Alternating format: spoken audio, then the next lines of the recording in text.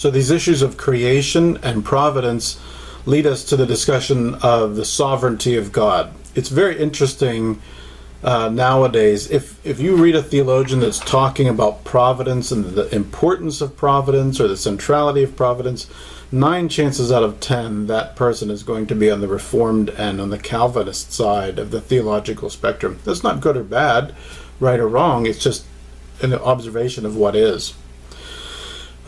So we end up kind of very quickly into these issues of sovereignty. When we talk about sovereignty, what do we mean? Well, it all depends who you're talking to. We really don't know what we mean by it, except to say that God is somehow in charge. Or, yeah, and I think when I use the word in charge there. Views of God's sovereignty differ between Calvinists and Arminians. Calvin is going to say that God is in complete control and in charge. Arminians are going to say God is in charge, but he doesn't control things because he's choosing to allow free will. Both views assert that God is sovereign, but they're going to mean something slightly different about his sovereignty and how he exercises that sovereignty. So if you remember our integrative critical thinking model way back when, it was a circle with something in the center.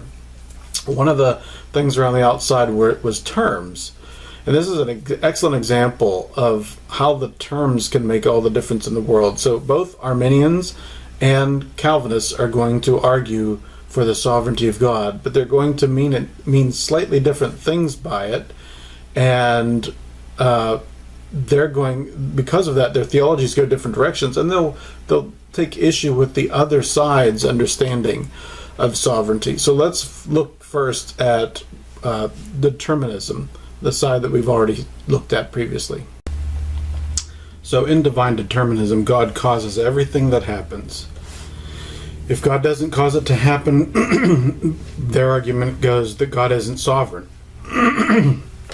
He has to be the cause of everything. God's power is his most important attribute. They would actually say God's sovereignty is, but his sovereignty is expressed through his power, through his ability to do what he wants.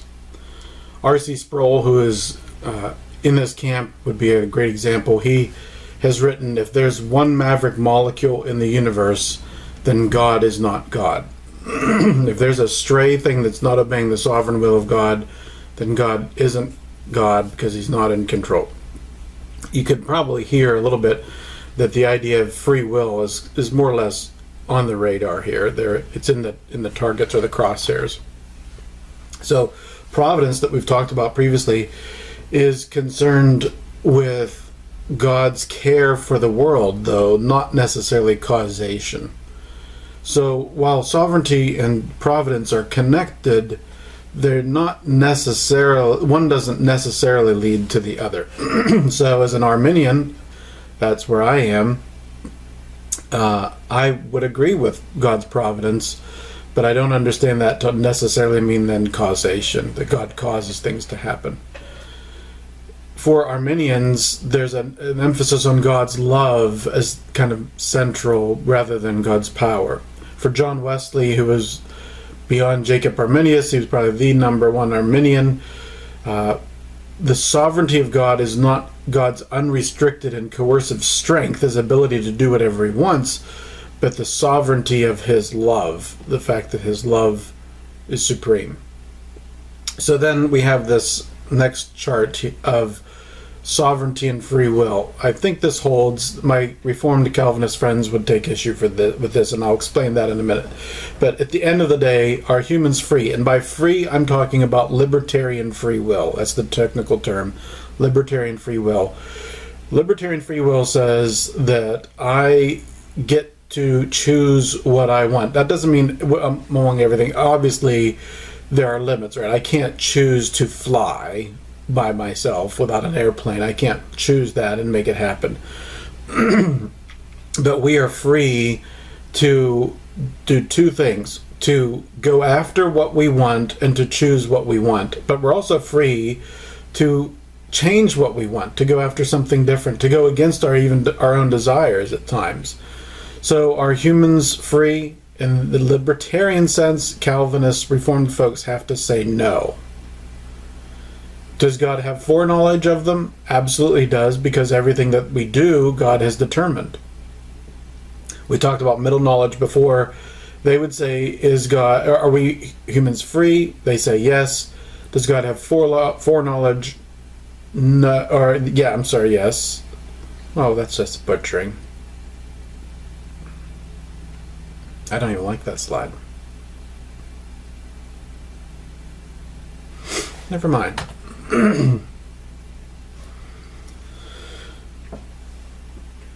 So before we go on, I want to talk about the issue of human freedom. So because Calvinists are going to be determinists, they don't believe in what's called libertarian free will. I would argue as an Arminian that they don't believe in human freedom, but they would say that we are, especially if they use the route of compatibilism. This and like open theism is one of those terms where I wish we could be together, because it's not that bad, but boy, it's going to be convoluted getting there in this venue. So we have, on the one hand, Calvinists who say God's in charge, that's it. You don't do anything God doesn't will for you to do. Arminians say God's in charge and that he's ultimately responsible, but he's not in meticulous control. He doesn't control us. He doesn't determine us. We have freedom. I can choose what I want to do, within limits, obviously, and I can choose what I want. I can choose my desires. I can choose to do something against my own desires.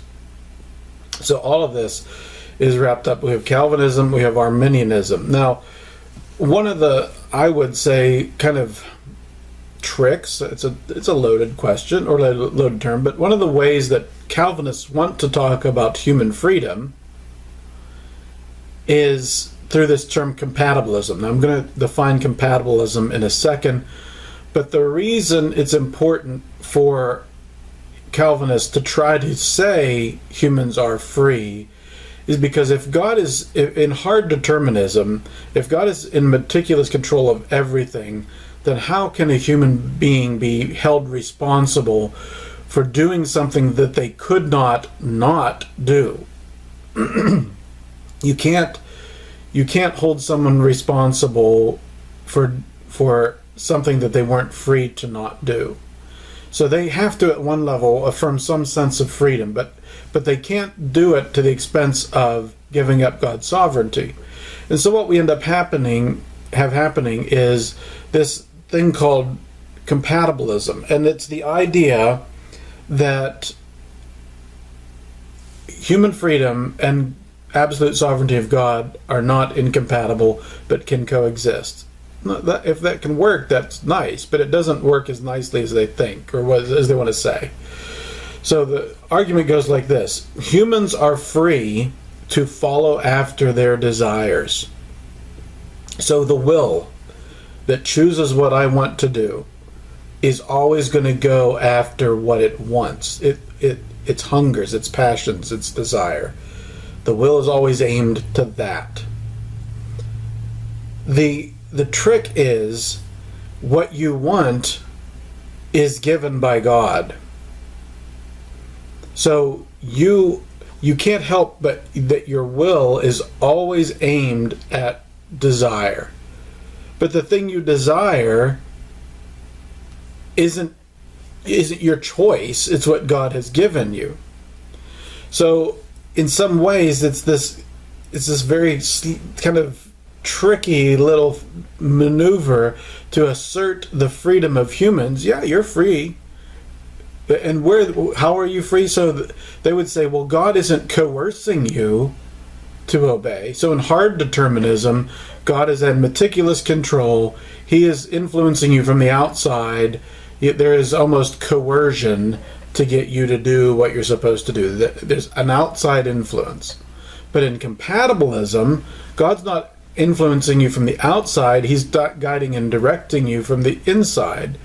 So he has said, you are free to follow your wills. There's where the freedom comes in. You are free to follow your wills. What does that mean?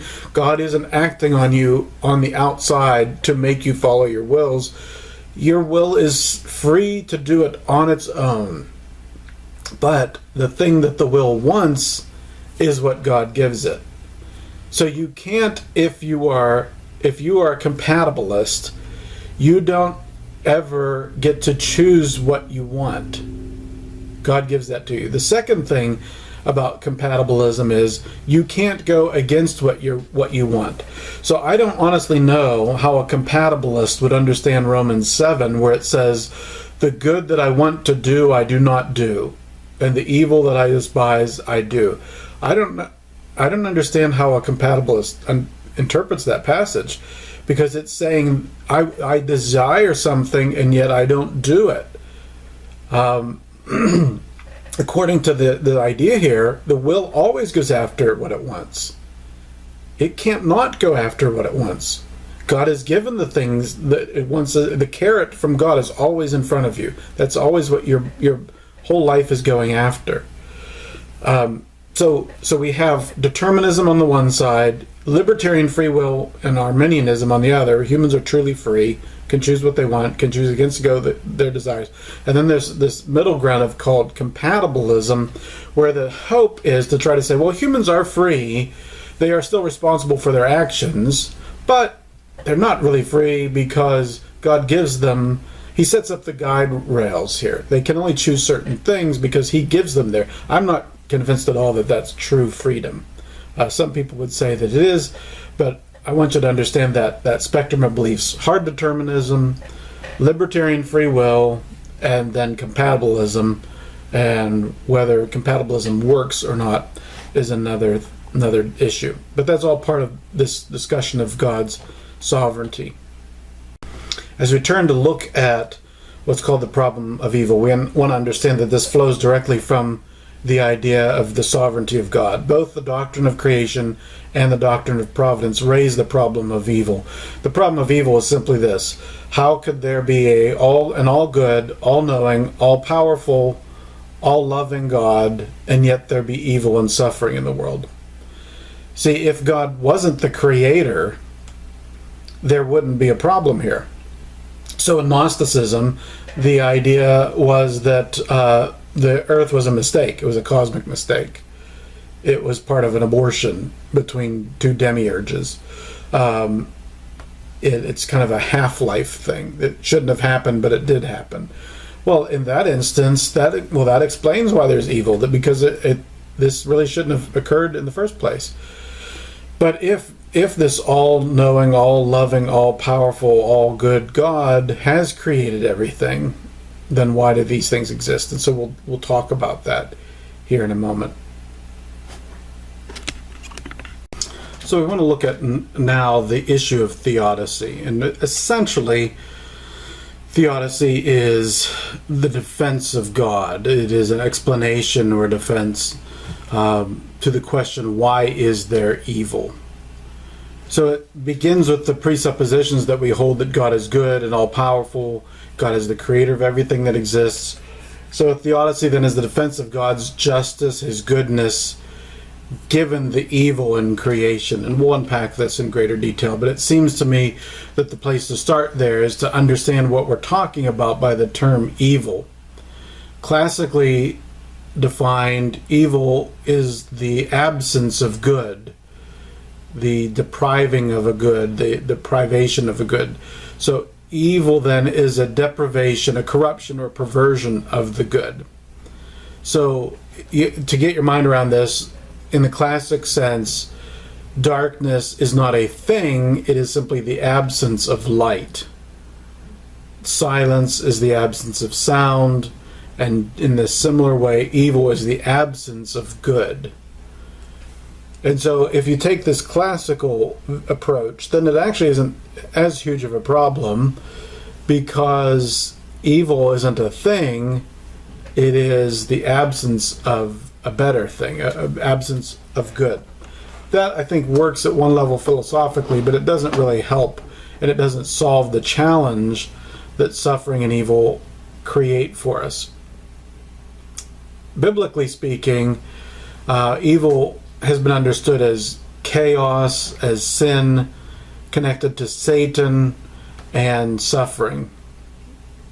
There are types of evil that we want to be aware of. One is moral evil. This is the one we think of most of the time. This signifies suffering caused by human beings and their choices. Natural evil signifies the suffering that is caused by the created world, the natural world. So a shark attack is not a moral evil. A tsunami is not a moral evil. It's a natural evil. It's a bad thing for sure, but it's different than the choice one person has made to do something against another person. We could talk about metaphysical evil also, and that is referencing the underlying cosmic structures and powers that cause evil or give rise to evil. So we're talking about Satan and his foes, or Satan and his forces, rather, I should say. So as we think about theodicy and evil, the issues a classical theodicy will address is the origin of evil. Where did it come from, or where does it come from? The nature of evil, how does it behave? What is its extent? The problem of evil, how does this butt up against what we believe to be God? And then the reason for evil and the end of evil. Those are the aspects of a typical theodicy. So we're going to look at some different explanations here, and some of them won't actually fit this classical model of a theodicy. So theodicy, we've said, I think twice now already, God is good, God is all-powerful, God is the creator of the world. Evil exists. If God wasn't the creator, or if he wasn't any of the things that we assert, if he wasn't all-knowing, if he wasn't all good, if he wasn't all-powerful, then there isn't a problem here. But because we assert all of those things, then it does become an issue for us. Theodicy, the problem of evil, the issue of evil, the existence of evil, is one of the most perplexing issues of the Christian faith. If the Christian faith has a particular weakness intellectually, it is the issue of the presence and existence of suffering and evil. It is, I think, the greatest challenge to the truthfulness and the reality of Christianity. But that doesn't mean that, well, since we don't have an answer, let's just fold up our tent and go home. No, we're not alone in this being a perplexing issue. What do I mean by that? Well, let's say it this way. A wonderful argument that gets lifted up very regularly by atheists is this issue of how could a loving God allow all this suffering and evil? Now, to call something evil is to measure it by some kind of objective standard, right? I mean, you can't just say, I can't simply say that my sister is evil. No, that has to mean something. It has to be measured by something in order to be able to say that and to have it to be a truthful statement. So let's assume, for the sake of argument, that God doesn't exist, the atheists are right, that everyone is on their own, pretty much. Now, at the end of the day, you have to say that all sense of morality is created by ourselves or by culture. I don't see how you avoid that. That all sense of right and wrong, all sense of morality is a cultural or personal construct. It doesn't actually exist. It just is that way because certain people got together and thought this up, or I thought it for myself individually, but there's no objective reality that it kind of references. So you can't actually say that my taking your things is a morally bad thing, because all you're saying is you don't like it when that happens. If there isn't a right and wrong objective standard, there is no way by which you can actually say that my taking your stuff is a morally evil thing to do. So I would argue that while this is a huge problem for us, the atheists don't have any answer, because they can't actually call evil evil. See, in their system, you have to conclude that evil doesn't exist. Things happen that are terrible, that we don't like, and that's unfortunate, but there's no sense in which it's not, that it's an evil. You can't actually say that the Holocaust was an evil. On what basis would you do that? Hitler was doing what he thought was best for the American, or, listen to me, not for the American people, for the German people. The German people went along with it. They were all convinced that this was a good move. No, a number of people didn't know what was happening. Many did. But on what basis, if you're a pure atheist, can you say that it was an evil thing? How, you can't call it an evil. So if you're going to start with the assumption that evil exists as a reality and suffering is a reality, which seems to be a given in the world, then you are actually automatically presuming a moral standard by which actions, thoughts, deeds can be measured. So the main objection to Christianity about human suffering, moral evil in the world, that very objection to the existence of God actually presumes that God must exist, or that some absolute moral standard must exist.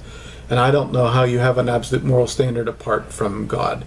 So we're not alone in the challenges that evil and suffering presents. We don't have an explanation for it that solves all the problems, but neither do the atheists. They can't explain why do we have an agreed upon sense that this is an evil at all. On what basis can you call it an evil? It doesn't exist. The only thing that actually exists that is evil is stuff that you personally don't like, but someone else might like. And so it's really not an evil. So it's an interesting position. So the problem of evil, the existence of evil, the existence of suffering is it's a difficult thing for all the theological camps. It's particularly poignant for Calvinists, for Reformed folks. If God causes everything in a hard determinism way, is God responsible for evil then? Is God responsible for sin? How can God's sovereignty be reconciled with human responsibility? Is this some kind of a mystery, or is it actually a self-contradiction? It does seem that this is a huge problem for Calvinists. In Calvinism, God decrees evil to achieve a greater good. This is sometimes referred to as the greater good defense. Sometimes to the person experiencing it. So the greater good that's coming out of this might be me. I'm suffering, but God might bring a greater good for me. Other times, though, it might be for other people. In this way, evil brings God glory by letting him demonstrate his justice on it. It demonstrates God's mercy towards the elect, to the people he reaches out and saves. One of the questions that comes up here is, does the intention make an act good or evil? So if something happens and you didn't intend for it to be bad, but it turned out to be bad, does your intention actually matter? One of the tricks here, it's not tricks as in the way I used it previously, but one of the difficulties here is, I don't know how. So let's say, in the sake of the in the example of the Holocaust that I already lifted up. So does God at times, did he bring good out of things? Absolutely he did, he can, he does.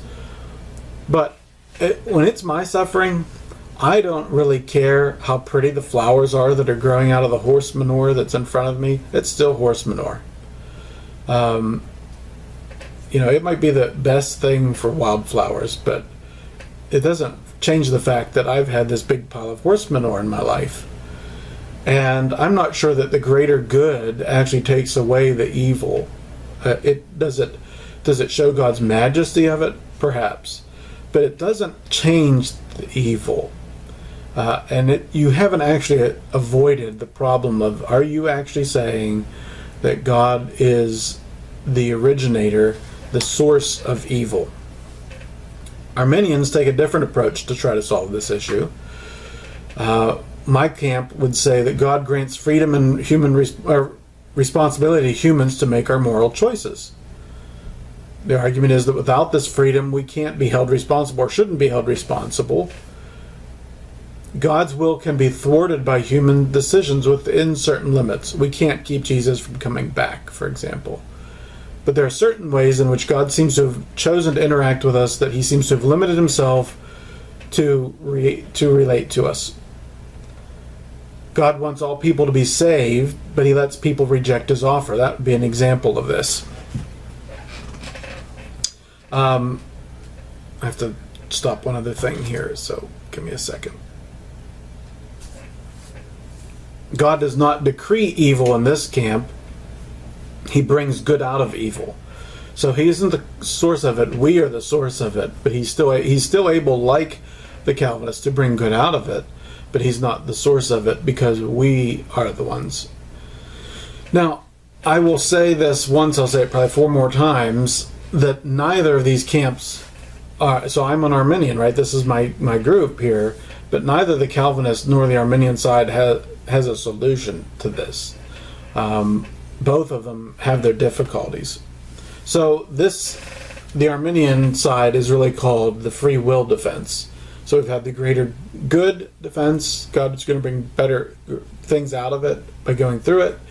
And then this one's called the free will defense. This is the most common response to the issue of suffering and evil. The idea is that free will requires not the existence of evil, but the possibility of evil. And then evil exists through the free choices of God's creatures.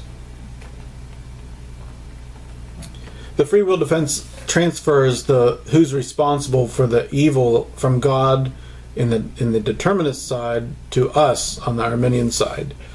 It is the abuse and misuse of our freedom that causes this problem. One of the maxims of this position, I guess I could say, is that God gave the freedom to love. And without the freedom to say yes, without the freedom to say no to his invitation of love, there is no meaning to saying yes. So this is the free will defense. I also want you to be aware of the soul-making defense. This is proposed by a guy by the name of John Hick. There's something to this, although I don't find it satisfying. I find this less satisfying than others, but there's still something here.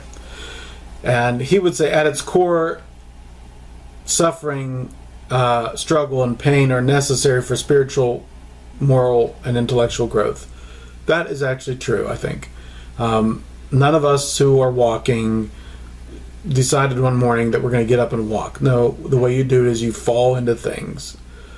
You learn to get your sense of balance, but you hit your head on the coffee table, or you do something. But all of that pain is necessary for the growth that we end up having and need. I have here process theodicy. I'm not going to talk about that. Then there's another defense called the cruciform theodicy. This is the idea that God takes on human suffering himself. In fact, the cross is God's definitive response to evil. And really, this view is basically a complete rejection of the idea that God is impassible, cannot suffer. So Jürgen Moltmann, a theologian from the last century, he would talk about the most moved mover. Instead of Aquinas as unmoved mover, he's the most moved mover. He's the suffering God. If he can't suffer, he's not actually God. Here's a quote. For God, who is incapable of suffering, is a being who cannot be involved. Suffering and injustice do not affect him, and because he is so completely insensitive, he cannot be affected or shaken by anything. He cannot weep, for he has no tears, but the one who cannot suffer cannot love either, so he is also a loveless being. That's the way the logic of his theology proceeds. Don't have to agree with it, but I want you to be aware. So then the problem of evil. It's important to remember that God has acted in Christ to defeat evil. He has. God has identified with us in our experience in evil. He certainly has done that. God will meet us and see us through in our sufferings. God's answer to suffering and evil is Jesus, and that he does at times bring wonderful good out of it, although we can't, I don't think, say that all of the good that comes out of it makes the suffering okay. So there seems to me to be, at the end of the day on theodicy, three options, basically. We deny or diminish the power of God. This would essentially be the Arminian view. That God has chosen to limit himself in order that we could be free. So the reason evil exists is because it's our fault. Well, then the question is, couldn't God have done something about that? And then the free will folks will say no, because he chose to create a world in which there's free will. Well, if there's something he couldn't do, then that seems to be the denial or diminishing of the power of God. Similarly, I would argue that the Calvinist side of things is a denial or a diminishing of the goodness of God. Now, they would never ever say this, obviously, but I don't know how, if you can't escape the fact that God ends up being the source of evil, and I don't care how much good he brings out of it, it's still evil. The Holocaust is still evil. Even if every one of them became a Christian, or if every one of them told wonderful testimony, whatever it is, I don't even know, it still would be an unspeakable evil. And to say that somehow the good that comes out of it covers over the evil, that I don't buy it, actually. It seems to distort. Like, our term good has to mean something. If this is a good, it's a good. If it's an evil, it's an evil. Those terms have to have some kind of relationship and reality. And then the third is to deny or to diminish the existence of evil. Well, it's not really evil. Evil is just the absence of good. So there's really not an evil here. It's just there wasn't enough goodness. So those seem to be the main options. The top two are the numbers 1 and 2 by far. But I don't find any of the options to be totally satisfying. And that's what we're going to leave it at for theodicy for today.